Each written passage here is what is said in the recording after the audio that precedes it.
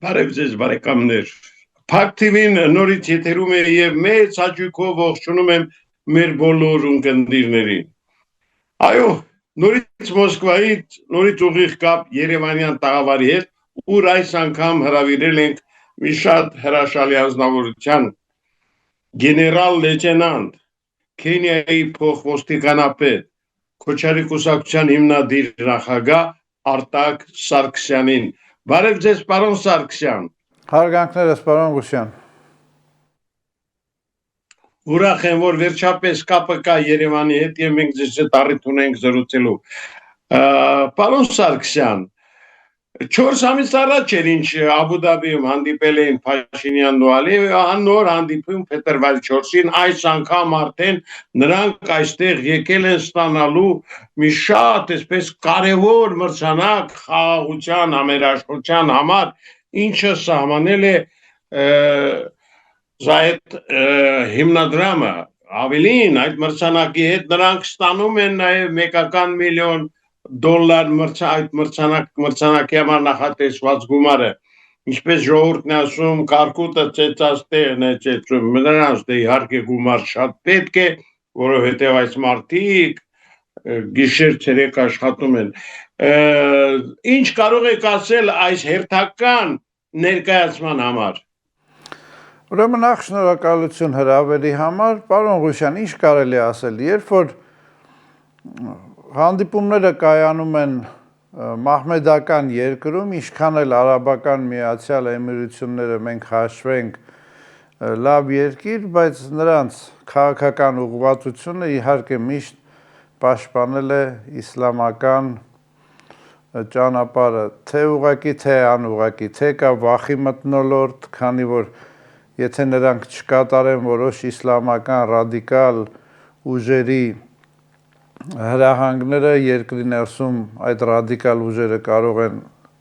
կազմակերպել տերակտ եւ նրանք այս կամ այն կողմով միշտ կախված են եղել այդ ռադիկալ ուժերից եւ Էլդողանն էլ թե այդ արևմուտքը թե Էլդողանը տալիս են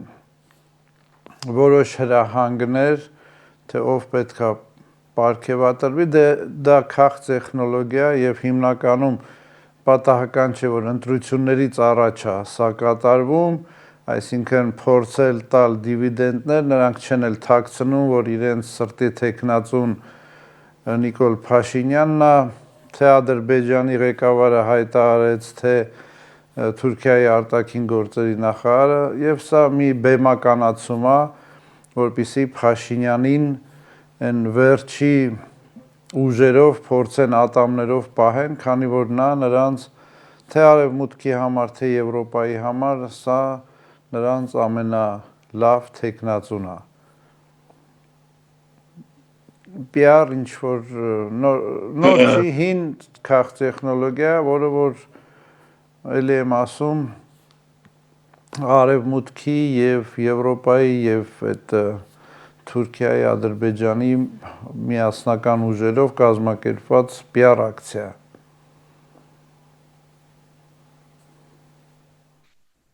Պարոն Սարգսյան, իհարկե շատ իհարկե հաճելի է միշտ մրցանակ ստանալը, բայց այն երկրում, որը ունի այն մյուս երկրում գերիների այդպիսի քանակություն եւ անդադ խոսք է գնում խաղաղության, համերաշխության մասին, սա պարզապես ծիծաղելի է։ Տեսեք, անգամ Ֆրանսիայի ազգային ժողովը քվեարկեց, չէ, գերիների վերադարձի հարցի կապակցությամբ, որ պետք է շտաբ բաց թողնել բոլորին։ Բայց մեր իշխանությունները կարծես այսպես մոռանում են այդ հարցի մասին բարձրաձայնել։ Սա ինչով եք բացատրում։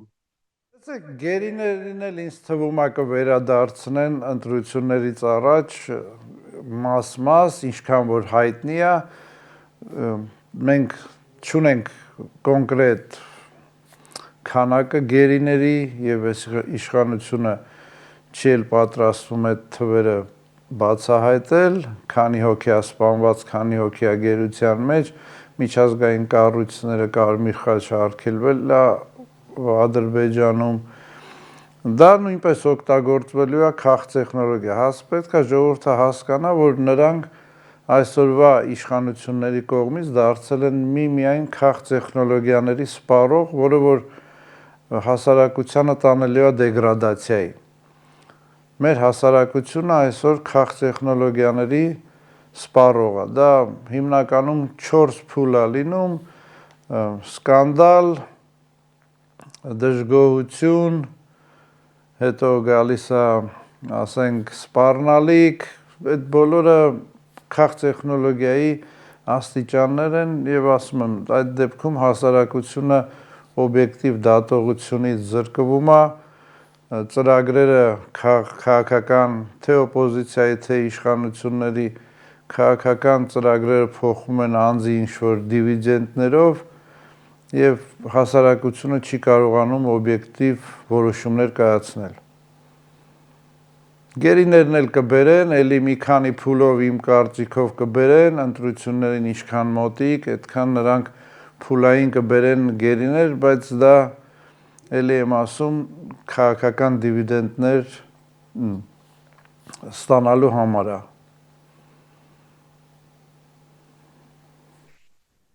Ես պիտի ասեմ, որ ընդհանրապես այն իրավիճակում, որ մենք հայտնվել ենք, շատ այսպես մեղմ ասած անհասկանալի է եւ նույնիսկ վաղվա օրվա հետ կապված ինչ որ ռեալ որոշի հայտարարություն անելը շատ դժվար է, բայց դուք քանի որ լավ տեղյակ եք այդ ստեղծված իրավիճակին եւ հատկապես քաջատեղյակ մեր դատա իրավական համակարգում տեղի ունեցող իրադարձություններին, հասկանում եք, որ այն իսկապես ներսից փտած է եւ այդ համակարգը փոխելու կարիք կա։ Այդ մասին ինչ կարող եք ասել։ Միթե այն դատա իրավական համակարգը, որը այսօր կա Հայաստանում, հնարավորություն է տալիս արդար ընտրությունների գնալ։ Տեսեք, դատական համակարգը իզուր չէ, որ համարվում է երրորդ իշխանություն եւ այդ երրորդ իշխանությունը լավ երկրներում դա անկախ է։ Կա դատական համակարգ չգործող եւ կա կեղծ դատական համակարգ։ Հիմա երկուսն էլ վտանգավոր է, բայց մեր մոտ կեղծ դատական համակարգ է եւ դա ես ասում եմ իմ անձնական փորձից, հենց հիմա կա դատավորի որոշում իմ հանդեպ հանել բոլոր սահմանափակումները եւ պրովացիան կատարել է իր գործը, հանել է ին վրայից այդ բրասլետը եւ էլեկտրոնային սարքերը, իսկ ներքին գործերի նախարարությունը ՆԳՆ-ն, այդ ինֆորմացիոն կենտրոնը հրաժարվում է հանել ճամփորդելու այդ սահմանափակման արգելքը եւ ասում է, որ պետք է քննիչը մեզ դիմի, ոչ թե դատավորը, այսինքն դատավորը այնտեղ ժողովրդի լեզվով ասած շուն է հաչացել, քննիչն էլ մի նամակ է ուղարկել փաստաբանից, որ ես չեմ բացելու իր, այսինքն քննիչը այդ նամակով նորմալ երկրում դա լինելու էր նրա դատավճիռը։ Քննիչը իր բերանով թղթի մեջ գրել է, որ ես այդ չբացակայելու արգելքը չեմ հանելու Արտակ Սարգսյանի վրայից։ Էլ այս դատական համակարգի դատավորի խոսալու իմաստը կորում է, այսինքն համարյա 1 ամիս դատը շարունակվեց, 3 անգամ նրանք հետաձգեցին եւ ի վերջո որոշումը մեր օգտին լինելուց հետո միևնույնն է քննիչը ասում է, որ ես չեմ բացելու, իր քմահաճույքն է, դատարանի որոշումը իր համար էական նշանակություն չունի եւ ես ուզում եմ այս հնարավորությունը օգտագործեմ, դիմեմ պարոն դատավոր Մխիթար Պապոյանին եւ ասեմ ինչ քայլեր նա պետք է անի, որպեսզի այս համակարգը աշխատի, որոշում է կայացրել մեր օգտին եւ համակարգը չի գործում։ Մի խոսքով վտանգավոր համակարգ է, երբ որ կադրերը վերահսկվում են, վերաբաշխվում են, պատժվում են, նշանակում են, երբ որ մի դատավոր անընդհատ լինում է, ասենք 10 անգամ բողոք ես գրում եւ 10 անգամ իմ դատավորը, ասենք այդ թմբուկահարն է կամ Արմինեն այն մյուս տիկինը, ով որ մյուս ընդդիմադիրների գործերն է, երբ որ իմ փաստաբանը բողոք է ներկայացնում, ասում է այդ ոնց է լինում, որ 10 անգամ իմ բողոքը գնում է նույն դատավորի մոտ, նրան պատասխանում են, որ տեխնիկական պրոբլեմա եղել, լույս չի եղել եւ էլեկտրոնային այդ վերաբաշխումը չի եղել, արել են նորմալ վերաբաշխում գործերի եւ 10 անգամ այդ նույն դատավորը նույն իմ գործի թուղթն է քաշում, սա արդեն իհարկե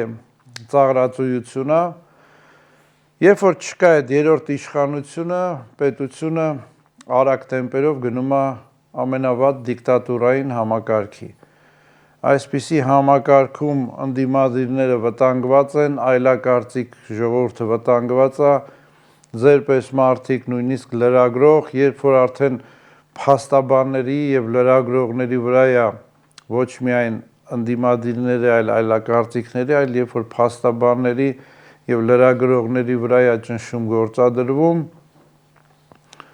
արդեն ինչից ենք խոսում, մենք գնում ենք շատ արագ կերպով դեպի բռնապետություն։ Մենք արդեն բռնապետության ենք, բայց արդեն անցնում ենք վերջի ստադիաները բռնապետության։ Պարոն Սարգսյան, դե քննիչների այդ լրտի պահվածքի մասին շատ է խոսում։ Մենք գիտենք, թե ինչ է տեղի ունենում ոստիկանությունում, մարդկանց ծեծում, ջարդում, ինչ ուզես անում են։ Այս կամայականություններին երբ կարելի լսում եք ինձ։ Ուրեմն տեսեք, այս կամայականությունները կատարողները շատ փոքր խումբ են եւ ընտրություն պատահական չի, որ ընտրություններից առաջ է այս գործերը բացվում, սա նույնպես քաղ տեխնոլոգիա, նույնիսկ տեսեք, իմ փաստաբանի մոտ ես տեսել եմ երիտասարդներ, ում որ եկել են տնից գողացել են երկու երիտասարդի, ծնողներին խաբել են, թե տանում են քաղաքային վարչություն, բայց տարել են Կոտայքի մարզ Բյուրեղավան եւ համարյա առավոտից երեկո տանջել են, ծեծել են եւ նույնիսկ իմ փաստաբանը, ով որ զբաղվում է այդ նույն գործով, հաղորդում է տվել ներքին գործերի նախարարության թեժգից, որ առևանգվել են երկու երիտասարդ, դրանից հետո նոր զանգել են նրան եւ ասել են, որ այդ երիտասարդները գտնվում են Բյուրեղավանում, երբ որ գնացել են, նույնիսկ փորձել են փաստաբանի հետ վեճի մտնել եւ ուզեցել են ծեծեն փաստաբանին, հետո մի քանի էլի բողոք զանգից հետո փաստաբանը վախեցել են, կանչել են, սեղան են գցել, ուզեցել են, բայց հաղորդումը տրված է եւ հիմա կտեսնենք, թե ինչ է կատարվելու, մեր կուսակցությունը որոշել է հետևել այդ գործին եւ տեսնենք ինչ քայլեր են անելու։ Հիմա մի գործը ցույց են տալիս, մյուս գործերը ցույց չեն տալիս, հասկանում եք, ամբողջ համակարգը սխալ է դրված, երբ որ քննիչը կարող է կամերան միացնի եւ անջատի, հա, հարցաքննության ժամանակ, այսինքն այդ երիտասարդներին կամերան միացրել են, հարցը տվել են, դուրները չի եկի, կամերան անջատել են, ծեծել են, էլի միացրել են, դա արդեն ի սկզբանե սխալ համակարգ է, նորմալ երկրներում կա հարցաքննության սենյակ եւ բոլոր սենյակները 24 ժամ կամերաներ է տեղադրված, ոչ թե անջատովի կամերա եւ եթե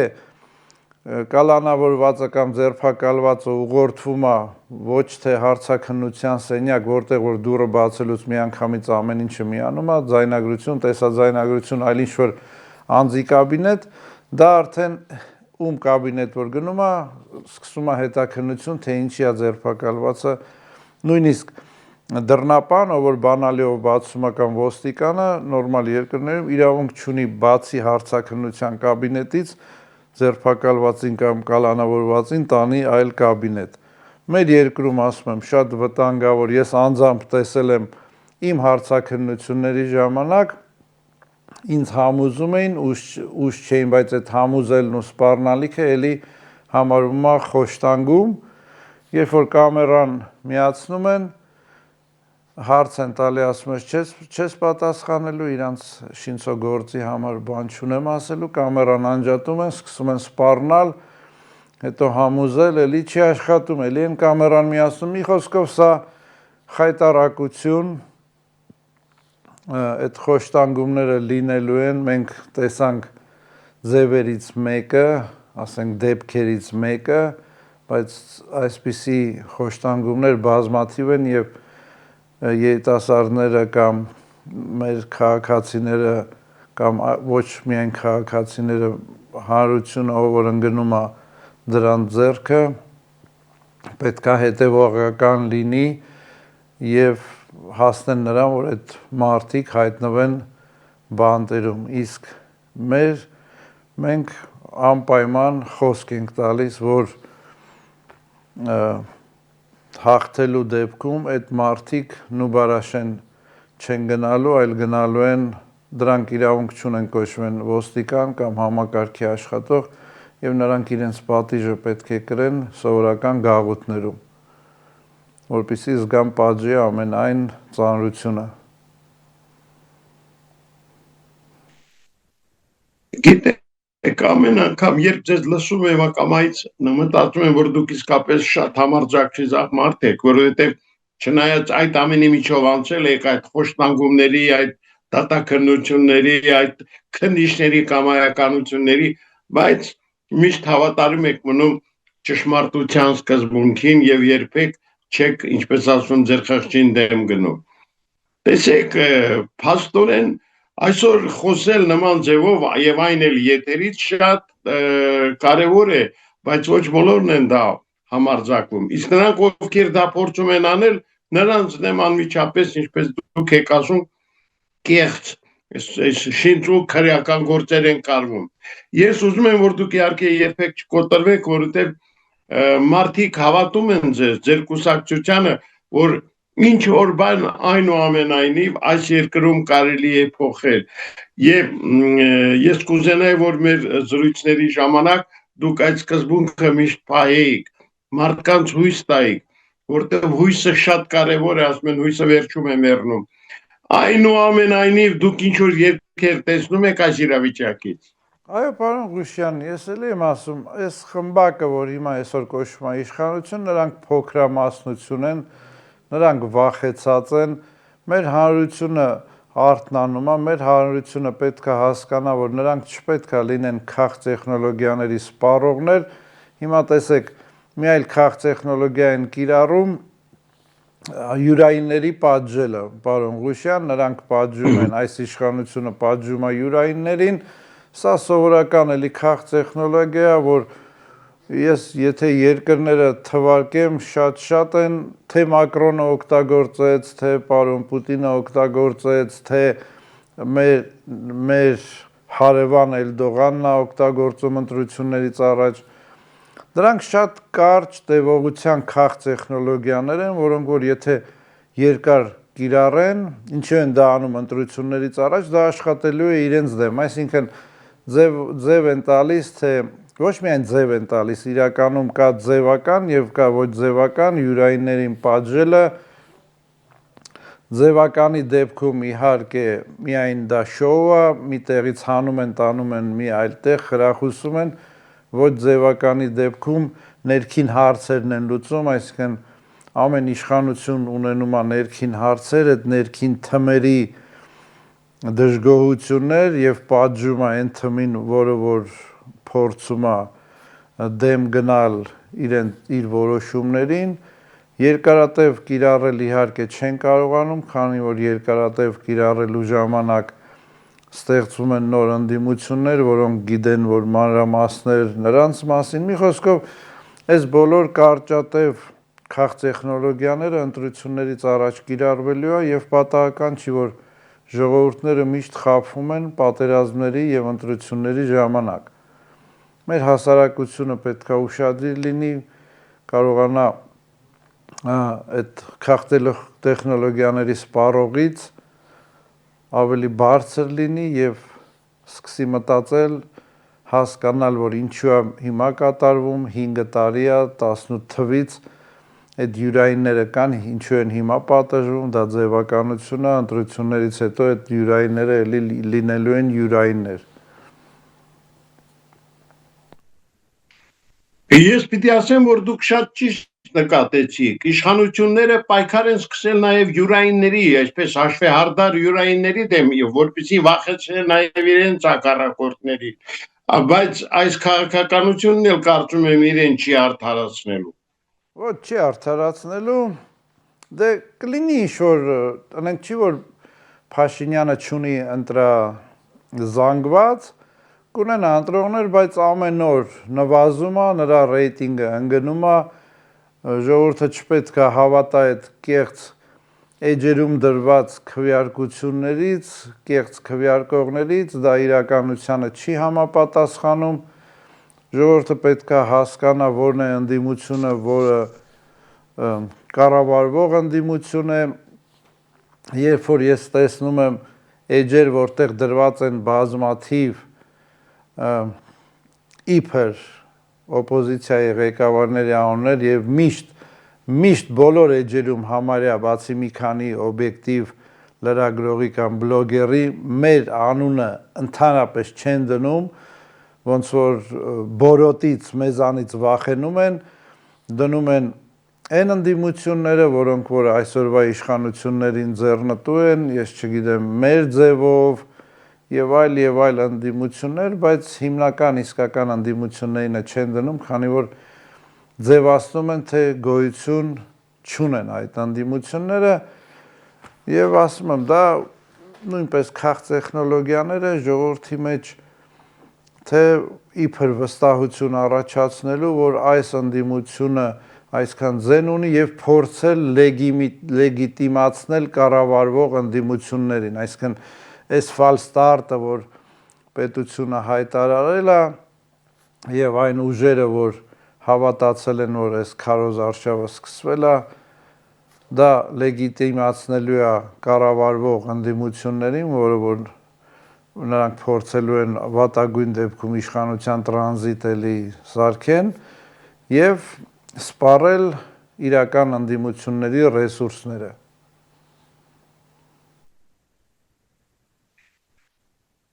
Պարոն Սարգսյան, մեր քաղաքական դաշտում ի հայտ եկավ մի նոր երևույթ, անունն է վարչապետ, պատկերացնում եք, սա իր կապիկության ամենավերջին աստիճանն է, պարզում է, որ մեր այսօրվա առաջնորդը նաև հրաշալի երաժիշտ է, հարվածային գործիքներին տիրապետող վերտոզ, այսպես ներկայացուցիչ, երգեր է գրում եւ ես չգիտեմ, այս ժողովուրդը իսկապես սիրում է, որ իր ականջին լապշա են կախում։ Տեսեք, ուրեմն դա նույնպես քաղց տեխնոլոգիա եւ անգլերեն կա մի արտահայտություն, ասում է old tricks for old dogs, հա, հին հնարքներ ծեր շների համար, դա Նիկոլ Փաշինյանը չի հորինել, եթե հետ գնանք Կլինտոնը իր ընտրարշավը մեծ ռեյտինգ հավաքեց, սաքսոֆոն նվագելով, Զելենսկին դաշնամուր նվագելով, Պուտինը դաշնամուր նվագելով եւ այդպես, եթե թվարկենք, շատ քաղաքական գործիչներ օգտագործել են այս քաղց տեխնոլոգիան, ամենահաջողակը երևի Կլինտոնն էր, այդ սաքսոֆոն նվագելով, իրոք նա հավաքեց մեկ ձևեր, հիմա հասկանում եք, որ խեղդվողը փրփուրներից է կախում, իզուր չեն ասում, հիմա Փաշինյանի հանդեպ փորձելու են սենց կարճաժամկետ կիրառել բոլոր քաղց տեխնոլոգիաները, բոլոր ինչ աշխարհում եղել է, նրա հանդեպ փորձելու են կիրառել, հույս ունենալով, որ ասենք ինչ որ մի բանով նրա ռեյտինգը կբարձրանա, բայց հավատացեք, եթե ԿՊ-ն առաջ ինչ որ ռեյտինգ էր պահում ճանապարհ սարքելով, տանիքներ սարքելով մեր հարկերի հաշվին, բայց ներկայացնելով թե նրանք են արել, հիմա թե ԿՊ-ն, թե Փաշինյանը, ասենք, ռեյտինգները կորցնում են։ Նրանց մոտ կա այդ ծրագիրը, ես կասկածում եմ, որ երկու ռեյտինգով առաջնորդվեն, եթե Փաշինյանը չբարձրանա ռեյտինգը, ԿՊ-ն գնա մի այլ ձևով, առանց Փաշինյանի վաղարշապատը դա վառ օրինակ էր, երբ որ մեկուսացրել էին, չէին թողում ընտրարշավներին մասնակցի, բայց երկուսի ռեյտինգն էլ ընկնում է եւ նրանք այս հարցից չեն կարող խուսափել։ Վարչապետը դա նույնպես քաղց տեխնոլոգիա է, որը որ հրամցվում է ժողովրդին ու ասում եմ, դա ոչ մի նորություն չի։